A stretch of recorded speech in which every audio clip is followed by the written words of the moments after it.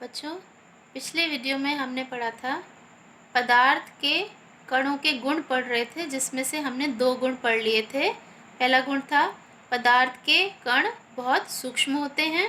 दूसरा गुण हमने पढ़ा था पदार्थ के कणों के बीच रिक्त स्थान होता है। आज हम तीसरा गुण पढ़ेंगे पदार्थ के कणों का, जो कि है पदार्थ के कण निरंतर गतिशील रहते हैं। पदार्थ के अंदर पाए जाने वाले कण गति करते रहते हैं क्योंकि उनके अंदर गतिज ऊर्जा पाई जाती है। तापमान बढ़ने पर कणों की गतिज ऊर्जा भी बढ़ जाती है, जिससे कण अधिक तेजी से गति करने लगते हैं। जो पदार्थ होते हैं वो हमें पता है किससे बने होते हैं, छोटे छोटे कणों से बने होते हैं।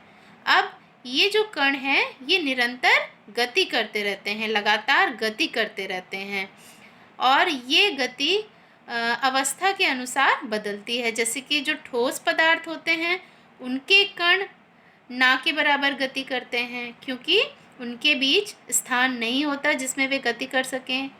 जो द्रव के कण होते हैं उनके बीच स्थान पाया जाता है, इसलिए वे गति कर सकते हैं।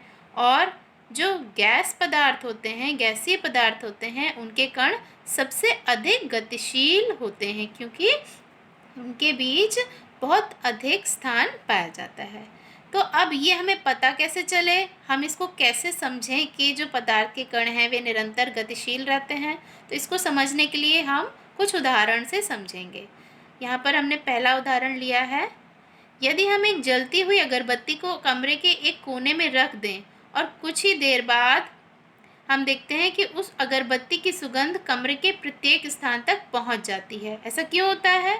ऐसा इसलिए होता है क्योंकि जो अगरबत्ती का धुआं है उसके जो कण हैं वे गतिशील होते हैं और एक स्थान से दूसरे स्थान तक आसानी से पहुंच जाते हैं। तो इसलिए हमें जो जलती हुई अगरबत्ती है, यदि हम उसे किसी भी एक स्थान पर रख देते हैं तो कुछ ही देर बाद उसकी सुगंध हमें पूरे कमरे में महसूस होने लग जाती है, क्योंकि जो धुएं के कण हैं वे गतिशील होने के कारण पूरे कमरे में पहुंच जाते हैं।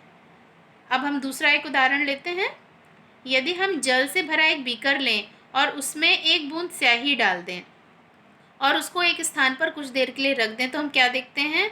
कुछ ही देर बाद हम देखते हैं कि स्याही की वे बूंद पूरे जल को नीला कर देती है। अब ये भी क्यों हुआ? ये भी इसलिए हुआ क्योंकि जो स्याही के कण हैं वे गतिशील होने के कारण पूरे जल में एक स्थान से दूसरे स्थान पर गति करते हैं, और जिसके फलस्वरूप पूरे जल का रंग नीला हो जाता है। देखिए, यहाँ हमने चित्र से समझाया है।